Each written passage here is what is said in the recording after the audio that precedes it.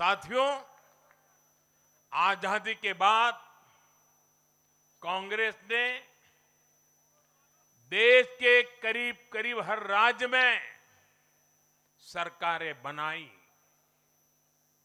ये आजादी के आंदोलन का जो इमोशन था, उसका उनको लाभ मिला था, उसमें से उपजा हुआ जनादेश था।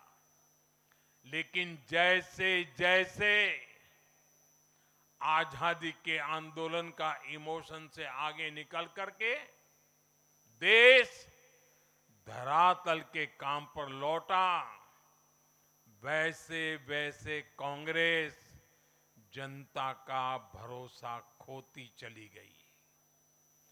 बीते दशकों में देश ने युवाओं की अनेक पीढ़ियां जोड़ी है, लेकिन कांग्रेस घटती ही चली गई है।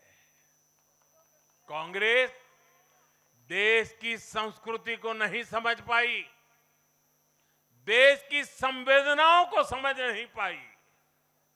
कांग्रेस एस्पिरेशंस की राजनीति जानती ही नहीं है। साथियों, बीजेपी के लिए भारत और भारतीयता के भाव से बड़ा और कुछ भी नहीं है। हमारे लिए भारत सब कुछ है, भारतीयता सब कुछ है। और बीजेपी सिर्फ नेशनल पार्टी है, इतना ही नहीं है, ये रीजनल एस्पिरेशन से नेशनल एम्बिशंस को पूरा करने वाली पार्टी है। इसलिए बीजेपी अपने विचार, विजन और विकास के विश्वास पर खरा उतरकर देश की पसंद बन रही है, जनता जनार्दन के आशीर्वाद प्राप्त कर रही है।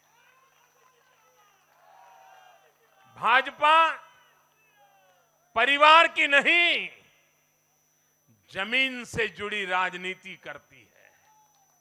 इसलिए आज नॉर्थ ईस्ट भाजपा से जुड़ता है। इसलिए आज पूरा आदिवासी अंचल बीजेपी को इतना प्रचंड जनादेश दे रहा है। इसलिए देश के मछुआरों का भूतपूर्व समर्थन बीजेपी के साथ है।